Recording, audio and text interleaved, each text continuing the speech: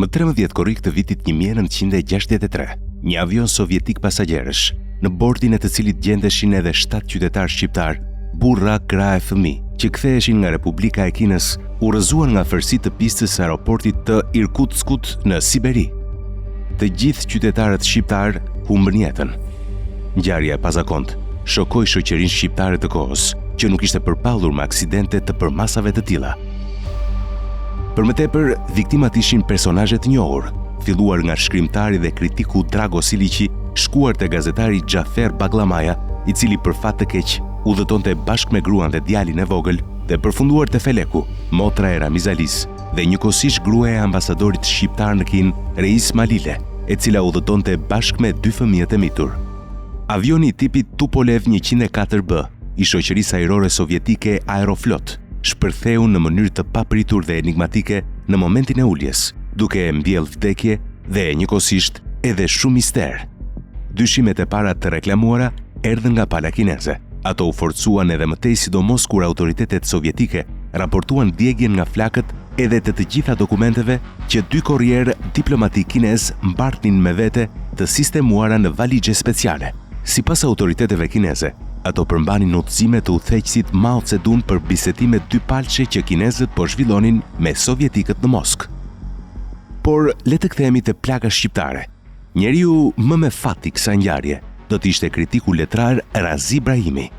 Në kohën e aksidentit tragjik, Raziu gjendej në Kinë dhe kishte në xhep edhe ai një bilet për të udhëtuar me avionin e vdekjes, por fati, të cilin askush nuk guxon ta sfidoi, bëri që të mbetej gjallë. Fati e kurseu sepse një ditë para se të nisej nga Kina për në Shqipëri, autoritetet çekoslovake nuk i miratuan vizën e tranzitit të udhëtimit që do të kishte itinerarin Pekin-Moskë-Prag-Tiranë.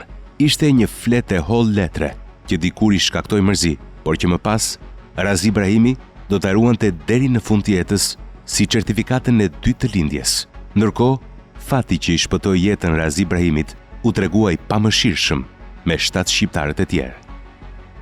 Ajo që e bënte shumë të rënd tragjedin ishte humbja e Drago Siliqit, një personalitet i respektuar i letrave shqipe, shkrimtar dhe kritik i njohur, në atë kohë drejtori shtëpisë botuese Naim Frashëri.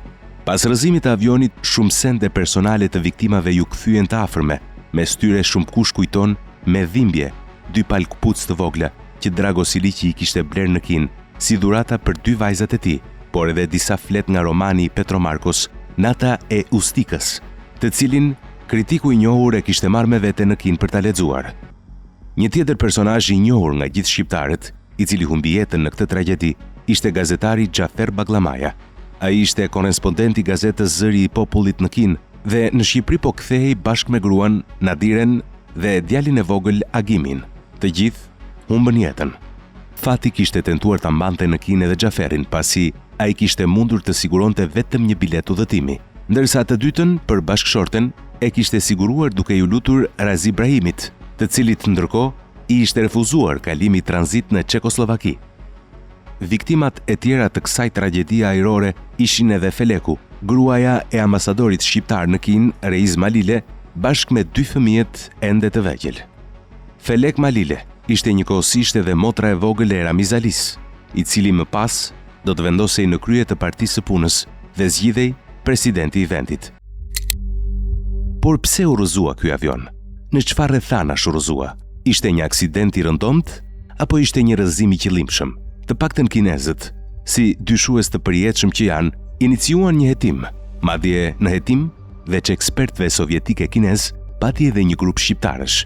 Avioni ishte rrëzuar në një kohë kur në Moskë po zhvilloheshin bisedime të nivelit të lartë sovjeto-kineze dhe në bordin e tij kishin gjetur vdekjen edhe 2 korrier diplomatik kinez që mbartnin me vete dokumente me këshillat e kryetarit Mao Zedong për Li Shaoqin dhe Deng Xiaopinin, valixhja u zhduk, ndërkohë që rusët e deklaruan si të djegur.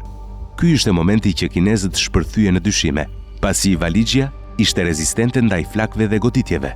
Gjithsesi, hetimi zyrtar konkludoi se në momentet e uljes avioni ishte përballur me kushte të rënduara atmosferike. Në raport thuhet se koha në aeroportin e Irkutskut, ku avioni duhet të bënte ndalesën e parë për të furnizuar me karburant, kishte qenë e keqe dhe se avioni kishte dalë nga mjegulla vetëm në lartësinë 60 apo 70 metra. Po kështu, në këtë pikë shpejtësia e uljes ishte përllogaritur si shumë e madhe, 10 metër në sekond, ndërkohë që duhej të ishte të paktën 5 metër në sekond. Gjithsesi, hetuesit nuk kanë rënë dakord për një shkak zyrtar të rrëzimit të avionit, duke e mbyllur me konkludimin neizvestno, që në shqip do të thotë i panjohur.